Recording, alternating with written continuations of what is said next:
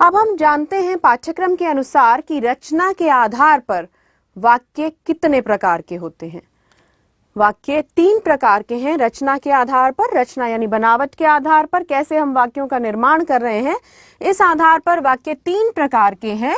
पहला है सरल वाक्य यानी सिंपल सेंटेंस, दूसरा है संयुक्त वाक्य कंपाउंड सेंटेंस, और तीसरा है मिश्र वाक्य कॉम्प्लेक्स सेंटेंस। सबसे पहले हम बात करते हैं सरल वाक्य की। सरल जैसा कि इसके नाम से ही स्पष्ट है कि एकदम सीधा साधा सरल होगा, सिंपल सेंटेंस। सरल वाक्य क्या है? जिन वाक्यों में एक ही क्रिया होती है। क्या पहचान है इसकी? कि एक क्रिया होगी इसमें, उन्हें सरल वाक्य कहते हैं। सरल वाक्य में एक उद्देश्य और एक विधेय माना जाता है, लेकिन सरल वाक्य में कर्ता या उद्देश्य एक से अधिक भी हो सकते हैं। कि एक उद्देश्य भी हो सकता है और एक से अधिक उद्देश्य भी हो सकते हैं। उद्देश्य अर्थात कर्ता, कि एक उद्देश्य भी हो सकता है या एक से अधिक भी हो सकते हैं।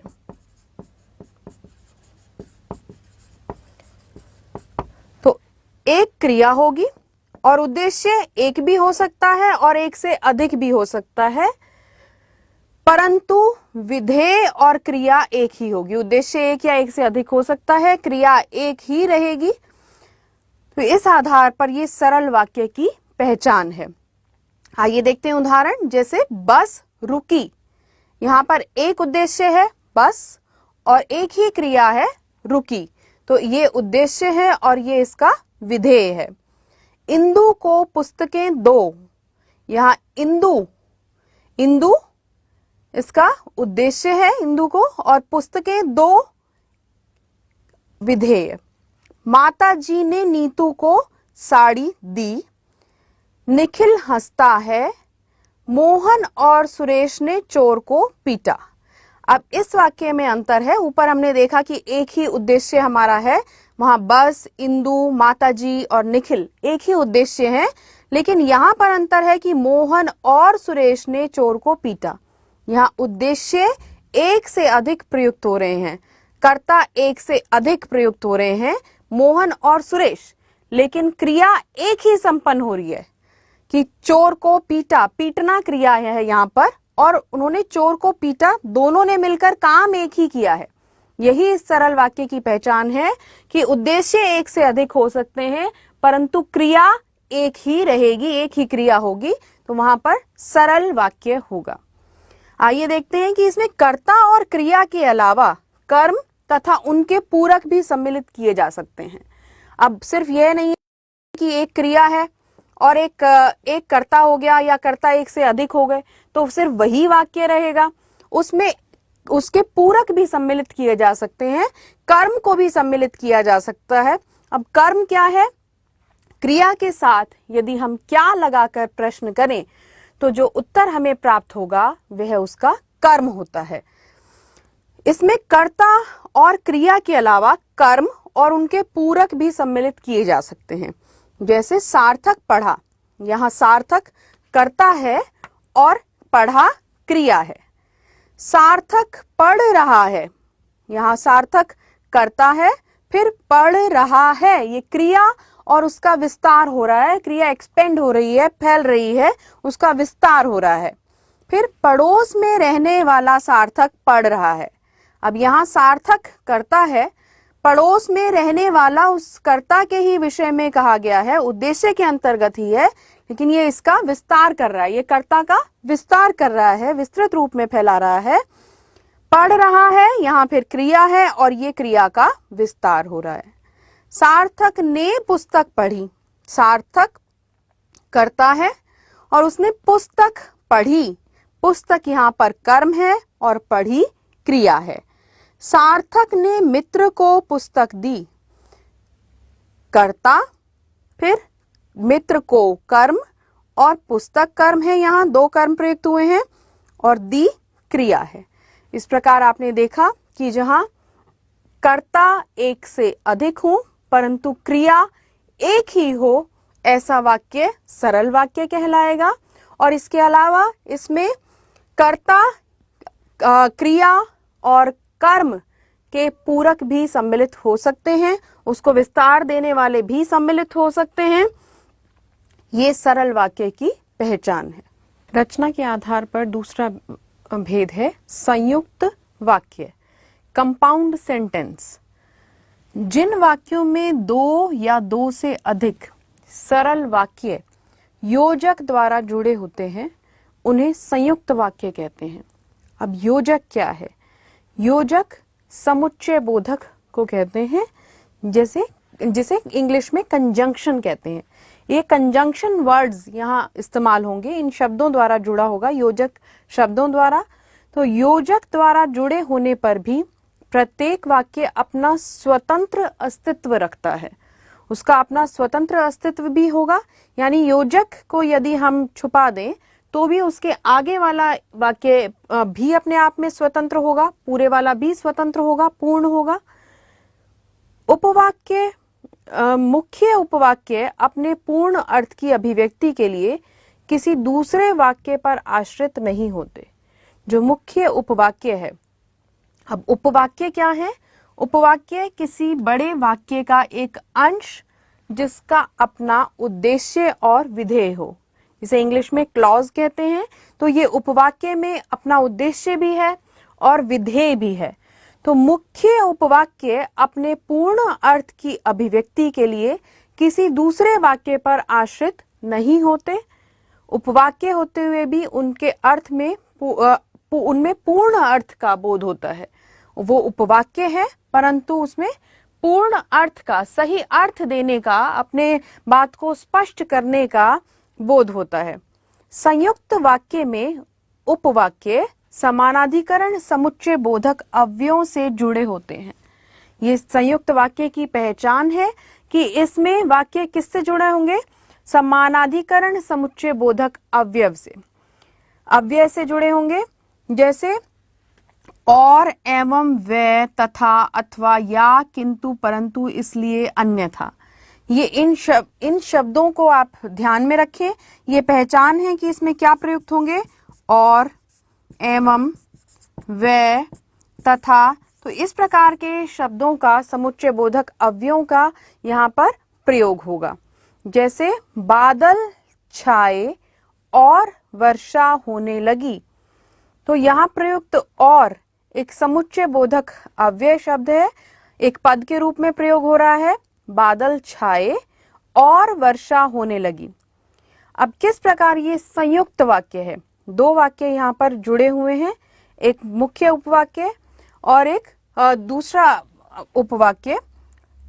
बादल छाए अपने आप में अपनी बात को कहने में सक्षम है, समर्थ है, पूर्ण है। बादल छाए, इसको हमने जोड़ा है और द्वारा, और बाद में लिखा गया है वर्षा होने लगी। वर्षा होने लगी अपने आप में एक पूर्ण स्वतंत्र अस्तित्व रखता है ये, और दोनों को हमने जोड़ दिया और समुच्चय बोधक द्वारा। दूसरा वाक्य देखिए, रात बीत गई तथा सुबह हो गई। रात बीत गई अपने आप में स्वतंत्र अस्तित्व रखता है। इसके बाद लिखा सुबह हो गई भी अपने आप में एक स्वतंत्र अस्तित्व रखता है। इसको हमने जोड़ा है इस तथा के द्वारा। तो तथा यहाँ इस समुच्चय बोधक अव्यय का प्रयोग किया गया है। अब तीसरा उदाहरण देखिए, रोहन मुंबई गया व सतीश पंजाब गया। रोहन मुंबई गया अपने आप में स्वतंत्र है, फिर सतीश पंजाब गया भी स्वतंत्र है, और इन दोनों को हमने जोड़ दिया व समुच्चय बोधक द्वारा। तो ये एक संयुक्त वाक्य बन गया। आप पहले आराम करेंगे या आपके लिए भोजन ले आऊं? तो आप पहले आराम करेंगे या आपके लिए भोजन ले आऊं। आप पहले आराम करेंगे अपने आप में पूर्ण है, स्वतंत्र है, और इसके बाद यदि हम या हटाएं और इसके पीछे का भाग देखें, आपके लिए भोजन ले आऊं, तो ये भी अपने आप में पूर्ण अर्थ प्रदान करने वाला उपवाक्य है। इस प्रकार हमने इन दो स्वतंत्र वाक्यों को जोड़ दिया है या द्वारा। तुम नहीं जा सकती तो सुमित को भेज दो। तो तुम नहीं जा सकती अपने आप में एक पूर्ण वाक्य है। सुमित को भेज दो भी अपने आप में एक पूर्ण वाक्य है। इन दोनों को हमने जोड़ दिया तो द्वारा। इस प्रकार आपने देखा कि जहां वाक्य में दो या दो से अधिक सरल वाक्य योजक द्वारा अर्थात समुच्चय बोधक द्वारा जुड़े हों, वहां संयुक्त वाक्य होता है। और किस प्रकार के समुच्चय बोधक शब्दों का यहाँ प्रयोग किया जाएगा? और, एवं, व, तथा, अथवा, या, किंतु, परंतु, इसलिए, अन्यथा आदि। ये पहचान है कि इन शब्दों को आप ध्यान रखेंगे, ये संयुक्त वाक्य के लिए प्रयुक्त होंगे। यदि आपको दो सरल वाक्य दिए हैं तो उसको संयुक्त वाक्य बनाने के लिए आप इनका प्रयोग करेंगे। उसने मेहनत नहीं की, फलतः सफलता नहीं मिली। तो उसने मेहनत नहीं की, यहाँ फलतः द्वारा हमने वाक्य को संयुक्त किया है। इसी प्रकार अगला, तुमने मना किया था इसलिए मैं नहीं आया। तो तुमने मना किया था अपने आप में एक स्वतंत्र वाक्य है। मैं नहीं आया, यह भी अपने आप में स्वतंत्र वाक्य है। इन दोनों को हमने इसलिए द्वारा जोड़ दिया, ये ध्यान रखना है। और साथ में ये पहचान है इसकी कि उपवाक्य यानी जिसका अपना उद्देश्य और विधेय हो, दोनों ही तरफ हम देखेंगे कि उद्देश्य भी है और विधेय भी है। इस दूसरी तरफ भी समुच्चय बोधक के दूसरी तरफ भी हम देखेंगे तो यहाँ भी एक उद्देश्य और एक विधेय हमें नजर आएगा। रचना के आधार पर वाक्य का तीसरा भेद है मिश्र वाक्य, कॉम्प्लेक्स सेंटेंस। जिस वाक्य में एक प्रधान मुख्य उपवाक्य के साथ एक या एक से अधिक आश्रित उपवाक्य हो, उसे मिश्र या मिश्रित वाक्य कहते हैं। एक प्रधान मुख्य उपवाक्य होगा और उसके साथ एक या एक से अधिक आश्रित उपवाक्य। आश्रित का मतलब आधारित, उस पर बेस्ड है, उस पर निर्भर है। स्वतंत्र वाक्य को प्रधान वाक्य तथा शेष उपवाक्य को आश्रित उपवाक्य कहते हैं। एक जो स्वतंत्र वाक्य है वो प्रधान वाक्य कहलाएगा वहां, और बाकी जो उस पर आधारित वाक्य है उसे आश्रित उपवाक्य कहते हैं। इन्हें जोड़ने का काम वैधिकरण समुच्चय बोधक अव्यय जैसे कि, जब, जिस, जिन, जहां, जो आदि करते हैं।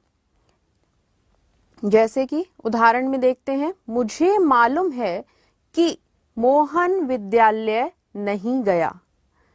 तो की द्वारा इसको जोड़ा गया, इस पर आधारित है। मुझे मालूम है कि मोहन विद्यालय नहीं गया। जो परिश्रम करता है उसे सफलता मिलती है। जिसे आप ढूंढ रहे हैं वह मैं नहीं हूं। जो ही पढ़ने बैठा बिजली चली गई। जहां तुम रहते हो मैं भी वहीं रहता हूं। अब जैसे आप चाहते हैं कि भारत तरक्की करे, यहां आप चाहते हैं प्रधान उपवाक्य है और भारत तरक्की करे आश्रित उपवाक्य है। क्योंकि आप चाहते हैं प्रधान उपवाक्य है, प्रमुख है, स्वतंत्र है, फिर इस पर आधारित है कि भारत तरक्की करे। प्रधानाचार्य ने बताया कि कल विद्यालय में अवकाश रहेगा।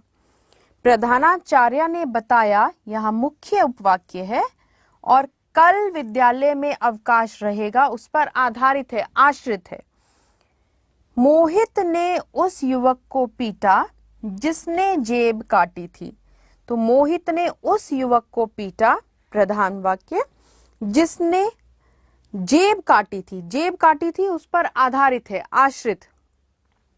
अगला उदाहरण देखिए, जो पैसे मिले थे वे खर्च हो गए। जो पैसे मिले थे यहाँ आश्रित उपवाक्य है और मुख्य वाक्य है वे खर्च हो गए।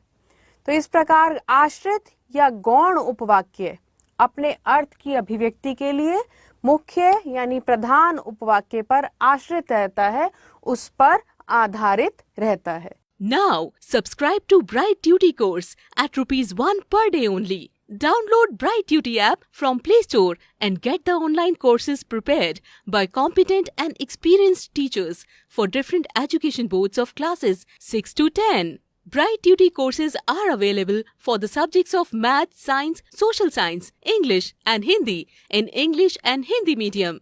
Bright Duty follows three-step approach, that is learning, assessment and exam preparation. In learning, topic-wise video lectures with explanation of concepts and discussion of textbook examples and questions are available with the solutions. In assessment, topic-wise online MCQ test, practice assignments and chapter-wise question bank are available with the solutions. In exam preparation, previous year's question papers, sample papers and model test papers are available with the solutions. Sign up today on Bright Tutor and avail your courses at affordable prices.